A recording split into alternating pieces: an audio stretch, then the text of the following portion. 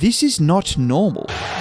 Jokic bangs into Booker, flicks it up and it goes! Right here is Nikola Jokic putting in his 50th point of Game 4. He finished that game with 53 points and 11 assists, becoming only the third center in NBA history to record 50 points in a playoff game. And yet that still doesn't come close to doing justice what Nikola Jokic is currently doing in these playoffs. He's currently averaging 31 points, 13 rebounds, and 10 assists on ridiculous efficiency, and the Phoenix Suns had absolutely no answer for him all series long. Look no further than Game 6. With Phoenix's series on the line, Jokic walked into that arena and decided they weren't going to need a Game 7, dropping 14, 5, and 4 in the first quarter alone, creating as many points by himself as the entire Phoenix team did. And it's just a level of touch and size that we have never seen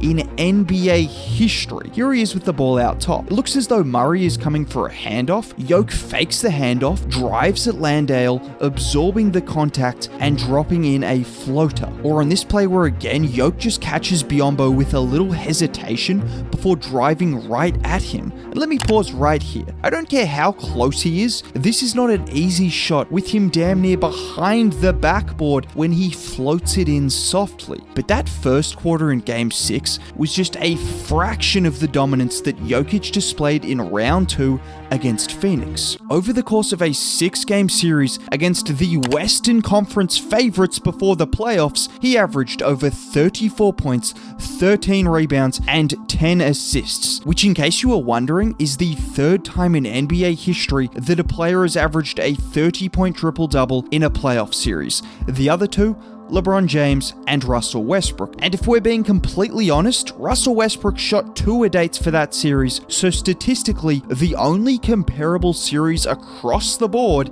is LeBron James in 2017. Now, what makes this even better is Nikola Jokic and the Denver Nuggets never had a chance in this series. But forget about all of that for a second. Let's just appreciate this mastery. I don't even want to talk about the scoring, because when he's putting up 35 a night, it's easy to forget that we're also watching maybe the greatest passer in NBA history. Watch here. Jokic gets the ball on a post-up. It looks as though Denver are about to run a handoff, but in the same motion as MPJ cuts backdoor, the pass is already in the air, and amongst a crowd of players, he finds a wide open layup. Or how about this casual big-to-big pick and roll? Jokic up top. Gordon. And the reason Jokic's passing is the best in the game isn't because he can do things like this. It's because every single time he drops a dime to a cutter or kicks it out to an open shooter, it's perfectly in the pocket. And he's making the read ahead of time. And that's not just me saying that either. The pass he had to me today on the dunk, I didn't think it was open at all. He just sees stuff before it even happens. I mean, I don't know how he sees the game. I wish I could see it like that, but I mean, he's different. It also helps that he's so dominant that his presence alone is all that is needed to create wide open layups. This is what I mean. Murray gives the ball to Jokic. Jokic gives it straight back and sets a screen on Shaman. I want you to just watch DeAndre Ayton completely ignore Jamal Murray giving up a wide open layup because all he was focused on was Jokic. Just to give you guys an idea of what Nikola Jokic is truly capable of though, let's go back to Game 5 against Phoenix. With the series on the line, the Nuggets entered the third quarter up by 3 points and Phoenix with a lot of momentum. Jokic had 10 points on 4 of 11 shooting in a tough first half. To start the third quarter, he proceeded to score or assist on 19 of the Nuggets' next 25 points in the space of 6 minutes, including not missing a single shot. And the last 2 buckets of that run are the most underrated part of Nikola's game. Right here, Jokic and Ayton contest for a rebound. It gets tipped to Gordon, and immediately Jokic has created 5 meters of separation on Ayton. He then continues to run all the way up the floor before what should have been an and one. Just 20 seconds later, let me pause right here. Gordon has the board. Jokic and Ayton are level, but Jokic recognizes immediately that there will be an opening, so he breaks, keeping his head up, catching the ball with one hand before absorbing the contact and finishing. And it's ironic that DeAndre Ayton has been a victim of Jokic's work rate in these playoffs, because he said this earlier in the year. How big Jokic look. He can run, bro. But it's so much more than just running the floor a few times a game. Pounds for pound, no one works harder than Nikola Jokic. If you don't believe me, I've got the stats to back it up. In the second round of the playoffs, Nikola is currently 9th in miles covered per game, which sounds impressive, but it's better when you consider Kevin Durant is the only other non-guard in the top 10. And because I'm a psycho, these are the weights of all of those players. And it's not just offensively. Remember when Jamal Crawford said this?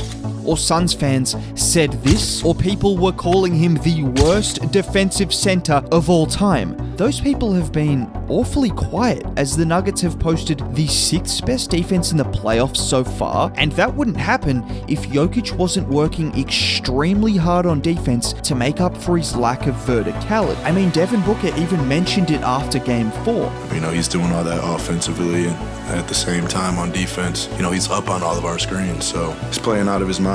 Not only does Jokic playing up on screens force the opposition big men to beat the Nuggets with their decision making, but Jokic has the best hands of any big man in the league on both sides of the ball, constantly deflecting the ball or getting strips, which leads to turnovers and points in transition. It's just funny to me that people had more energy for Jokic's defense on a random Tuesday night during the 75th game of the regular season than they do when he's playing against two of the best players in the NBA and holding his own defensively in these playoffs. And you know what everyone else needs to keep that same energy about? Nikola Jokic's scoring. Because I've said it before, and I will say it again. He's as good a scorer as anyone in the NBA. He just chooses when to show everyone how good he is. I mean, it's plays like this which exemplify how hilariously good he is. He's posting up Landale. Landale finally gets a stop against him, somewhat illegally. Yo kicks it to MPJ, flares out to the three-point line. He then fakes out Landale because he's a 50% three-point shooter in these playoffs before calmly floating it in from about 10 feet away. Or the next play where he fakes a dribble handoff, drives through the middle of two 7-footers before throwing up an off-balanced reverse layup. This was in the midst of him dominating every single Suns player in the post with a hook shot that I have never seen him miss, ever. And this is what makes Jokic such a unique scorer, because he dominates with force, overpowering defenders all the time, but it's different to other bigs of the past and current who live right around the rim. Most of Jokic's shots are about 3 to 6 feet away, just a step further away, utilizing a level of touch and size that we have never seen before. What else is there to say about someone who just put up 35, 13, and 10 in a series against the Phoenix Suns? This man is just truly ridiculous.